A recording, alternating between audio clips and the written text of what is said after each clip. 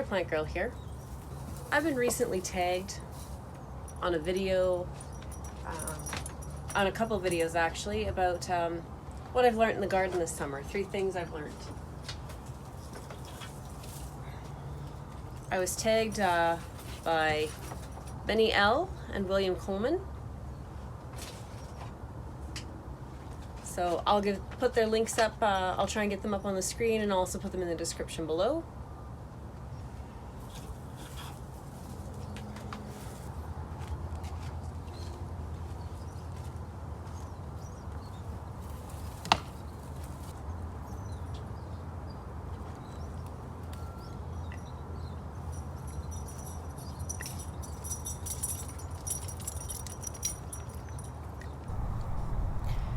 So what did I learn?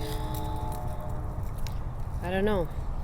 I didn't really think about this. There's a lot of basic things probably picked up. Truth of the matter is, I'm not really a very analytical gardener, as I'm sure anyone who's been watching my videos for any amount of time has picked up on. So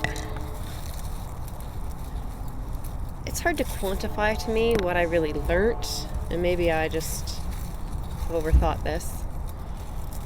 But there are some things that I noticed this year, and I'm sure I've noticed them in other years and forgotten, or maybe it's just struck home more this year with me. But something I really noticed this year was watering.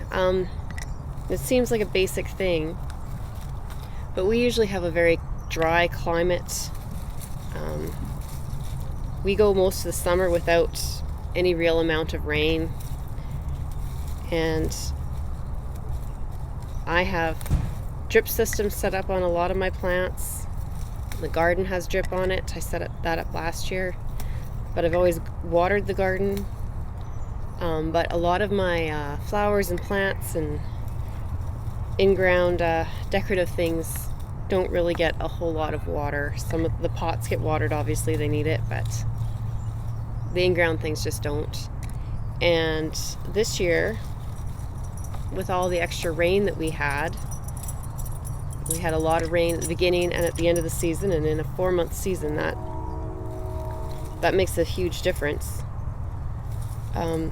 And with all that rain, I noticed that my in-ground, my decorative plantings, my hydrangeas, my flowers, a lot of those things thrived a lot more than they normally do. But another thing I noticed was the things that I normally have on a pretty standard water schedule in the garden for vegetables, some of those did not do as well.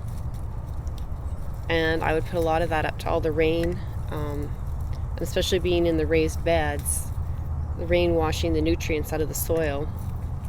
With all that water, I had to turn off my watering system to things like my tomatoes, my carrots and parsnips. I did turn off eventually, but I think I should have done it sooner. I really didn't get any carrots this year, and I think there's just too much moisture. They just didn't need to do anything to grow. So I think the odd amount of moisture, how much moisture we had this year, really drove home the importance of getting plants the amount of moisture they need. And they might survive on small amounts, they might thrive on high amounts, but too much can also be just as harsh on them. So I think that was the number 1 thing I learned this season. Another thing that I really struggled with this year, and again, I think it does come down to having more moisture. I think we had more insects this year. And I didn't get on top of the insects as quickly as I maybe should have. I had a lot of trouble with flea beetles. Just as soon as anything grew, it was just chomped right down for the first, 4 to 6 weeks of growing. So I should have put protection on those things immediately. The cabbage butterfly moth, the caterpillar, it did a lot of damage to some of my plants. And I mean, when it comes to things like broccoli, cauliflower, I don't care, I'll just pick them off, it doesn't matter. But I grew cabbage for the first time this year, and I'd like to try Brussels sprouts, if not next year, then the year after. And you really don't need those worms crawling through your cabbages and things like that. So I'm gonna have to be more on top of things when I'm putting protection up for those plants as soon as I can. Along with that, I think goes staking, just being a little more proactive in taking care of my plants. I often put stakes in the ground by my plants. I don't always get around to tying them up, and that's usually not a big problem for me. But again, with all the water we had, I think it made the ground softer. I think plants moved around more than they normally would. And we also had the high winds, which we usually do, but when you put that with soft ground, I had a lot of plants falling over, and it was too late by the time I was trying to tie them up. It was too late. So I need to be more proactive in my staking and my insect control. And this year's weather and conditions really drove that home for me. Like I said, that's something I've known for years, but I've always been kind of lazy about it and think I'll get to it later, and I don't. And this year, not getting to it made a difference. The last thing that I'd say that I learned this year is small seed potatoes work. I've always either saved my potatoes and used seed potatoes that I'd grown from the year before, or I've gone to the local greenhouse and picked out seed potatoes, and they're in bulk, so you can pick the ones you want. And I've always looked for nice large potatoes, lots of eyes, like close to a fist-sized potato. And this year I ordered some online.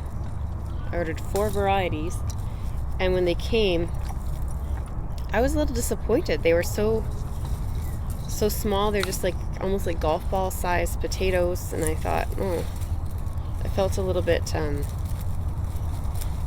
disappointed. I didn't think they would grow very well, and I didn't have huge hopes for those potatoes. But as it turned out, they grew just fine, and I had lots of potatoes from them. And so this year I'm going to be going through, and I've already done this for some of them, and picking out the potatoes that I want to plant again next year. I'll be picking out some of the smaller, more golf ball sized potatoes and setting those aside for planting next year. So that's my conclusion of the 3 things that I feel like I've learned or had points driven home a little harder this year.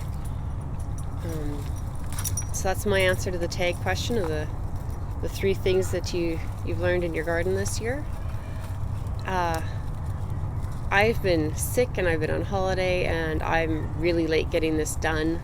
So, and I'm behind on even seeing what all the rest of you have been doing. So I'm kind of thinking I'm at the point where a lot of you have already been tagged. I know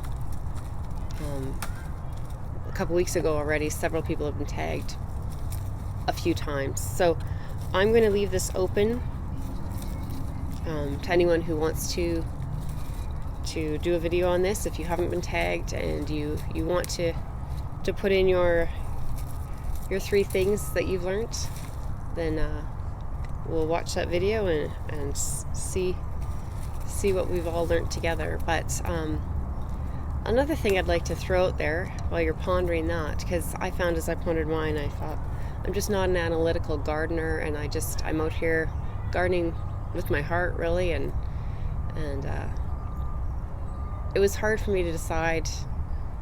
I feel like if I was more analytical, I'd go, oh yeah, I learned that. That's clear how that turned out, and a lot of mine is just coincidence-based learning. So I was just wondering how many people really are keeping strong stats on their gardens. I know some of you have amazing spreadsheets and things, and I've tried doing that. I just can't. I have trouble even keeping track of when I planted things and when I harvested things. So I'd be really interested to know that. Who out there, who among you is big stats keepers on their garden, and who's just out there putting things in the ground, harvesting what they get, and just enjoying the moment while they're out there. So let me know in the comments down below, what kind of gardener are you? And if you haven't been nominated for this challenge or tag yet, and you'd like to do a video like this, then consider yourself tagged, and I'll be watching to see who else has a video put out. Thanks for watching, and we'll see you in the next one. Bye.